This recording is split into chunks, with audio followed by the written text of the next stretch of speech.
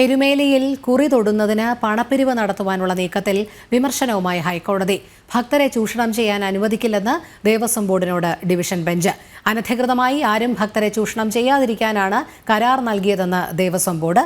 കുറി തൊടുന്നതിന് പണം വാങ്ങുന്ന ദൃശ്യങ്ങളിലെ വ്യക്തിയുടെ വിവരങ്ങൾ അറിയിക്കാൻ ഹൈക്കോടതി നിർദ്ദേശം.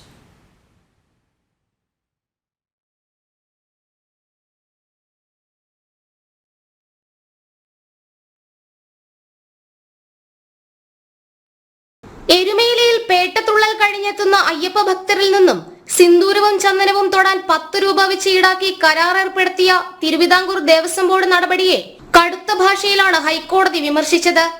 ഭക്തരെ ചൂഷണം ചെയ്യാൻ യാതൊരു കാരണവശാലും അനുവദിക്കില്ല.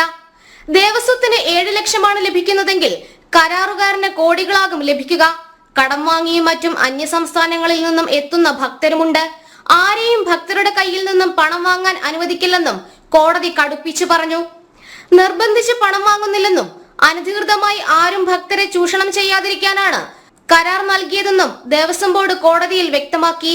ഇക്കാര്യം സാധൂകരിക്കാനായി കുറി തൊടുന്നതിന് പണം വാങ്ങുന്ന ദൃശ്യങ്ങളും ദേവസ്വം ബോർഡ് ഹാജരാക്കിയിരുന്നു. തുടർന്ന് പണം വാങ്ങുന്ന ദൃശ്യങ്ങളിൽ കാണുന്ന വ്യക്തിയാരെന്ന് അന്വേഷിച്ച് വിവരങ്ങൾ കൈമാറാനും ഹൈക്കോടതി ആവശ്യപ്പെട്ടു.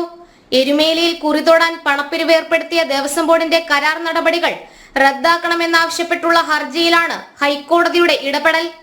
എരുമേലി സ്വദേശിയും അയ്യപ്പ ഭക്തനുമായ മനോജസ് നായരാണ് അഡ്വക്കേറ്റ് വി സജിത് കുമാർ മുഖേന ഹർജി നൽകിയത്. ഹർജിയിൽ ബന്ധപ്പെട്ട SHOയെ അടക്കം കക്ഷി ചേർക്കാൻ നിർദ്ദേശിച്ച ഹൈക്കോടതി വിഷയം ചൊവ്വാഴ്ചത്തേക്ക് മാറ്റിയിട്ടുണ്ട്. ജനം, കൊച്ചി.